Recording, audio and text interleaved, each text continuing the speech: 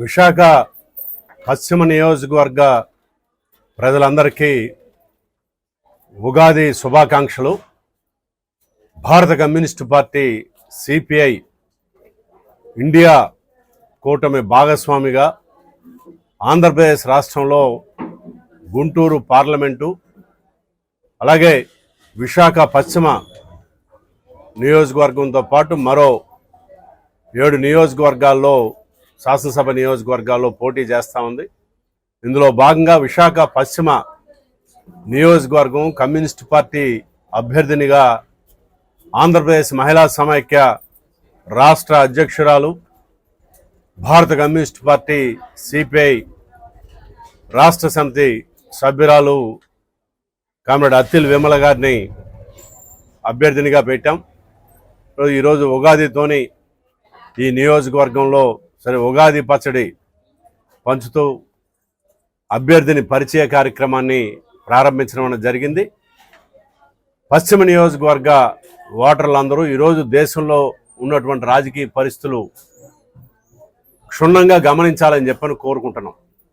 నరేంద్ర మోడీ 10 సంవత్సరాల క్రితం ఈ దేశ ప్రధానమంత్రిగా బాధ్యతలు స్వీకరించినప్పుడు ఆయన ఏమి చెప్పాడు, ఇప్పుడు ఏమి అమలవుతూ ఉన్నాయి, ఆయన ఇచ్చిన వరుస నినాదాలు అన్నీ చూస్తే నినాదాలు అలాగే మిగిలిపోయాయి తప్ప ఆచరణలో ఏమీ అవి అమలు కాలేదన్నది స్పష్టం అవుతూ ఉంది. ఈరోజు ప్రత్యేకించి మహిళలకు సంబంధించి, చిన్నపిల్లలకి, ఆడపిల్లలకి సంబంధించి బేటీ బచావ్ బేటీ పడావ్ అని చెప్పనే నినాదం ఇచ్చారు. ఈ రోజుకి దేశంలో ఎక్కడ చూసినా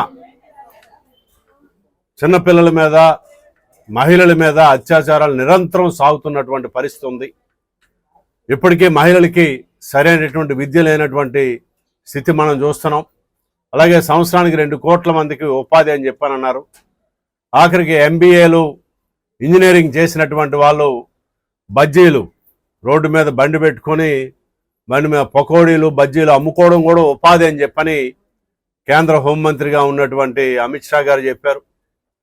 ఎంతసేపు మేము వాళ్ళని బెదిరిస్తాం, వీళ్ళు బెదిరిస్తామని చెప్పని అంటున్నారు. ఈరోజు చైనా భారత భూభాగాలకు సంబంధించి, ప్రత్యేకించి అరుణాచల్ ప్రదేశ్, లడఖ్ ఆ ప్రాంతాల్లో ఉన్నటువంటి భూభాగాలు ఇవి మావి అని చెప్పని వాళ్ళ పేర్లు మారుస్తూ ఉంటే ఈయన ఈ రోజుని కొంత స్పందించారు తప్ప ఇప్పుడు దాకా ప్రధానమంత్రి గారు నోరు విప్పల.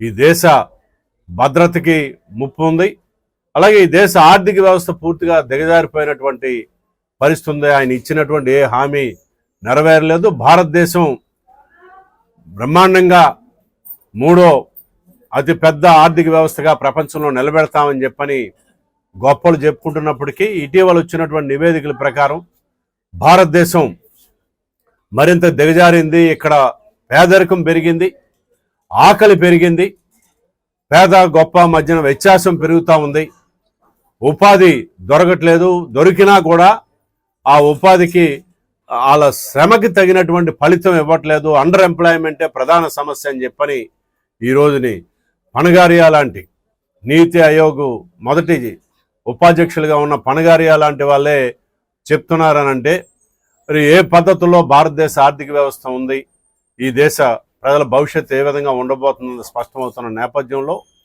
ఈ దేశాన్ని మత ప్రాతిపదికగా విభజించడానికి చేస్తున్నటువంటి కుట్రలను కూడా తిప్పికొట్టి భారతదేశ ప్రజలందరూ కూడా, భారతీయులందరూ సోదరులుగా వాళ్ళ ఇష్టాన్ని బట్టి వాళ్ళకి నచ్చిన మతాన్ని వాళ్ళు అవలంబించుకోవచ్చు, వాళ్ళకి నచ్చిన దేవుణ్ణి వాళ్ళు పూజ చేసుకోవచ్చు. అలా కాకుండా ఫలానా మతం వారే ఉండాలి, మిగతా మతాలు ఈ దేశానికి శత్రువులు అనేటటువంటి పద్ధతుల్లో ఒక విద్వేషాన్ని రెచ్చగొట్టి దేశాన్ని విభజించడానికి చేస్తున్నటువంటి ప్రయత్నాల్ని తిప్పికొడుతూ కేంద్రంలో బీజేపీ అవలంబిస్తున్నటువంటి ఈ దుర్మార్గపు విధానాల్ని ఓడించాలని, మన రాష్ట్రానికి సంబంధించి చూస్తే ఈ రాష్ట్రంలో అధికార పక్షం జగన్మోహన్ రెడ్డి గారు కానివ్వండి, ఈరోజు ప్రధాన ప్రతిపక్షంగా ఉన్నటువంటి టీడీపీ, అలాగే జనసేనలు బీజేపీతోనే జతగట్టి వాళ్ళు కూటమిగా పోటీ చేస్తున్నారు, అధికార పక్షం విడిగా చేస్తుంది. వీళ్ళు ముగ్గురు కూడా కేంద్రంలో బీజేపీతోని కుమ్మక్కయ్యి రాష్ట్ర ప్రయోజనాల్ని దెబ్బతీస్తున్నటువంటి నేపథ్యంలో ఈ ముగ్గురిని కూడా ఓడించాల్సినటువంటి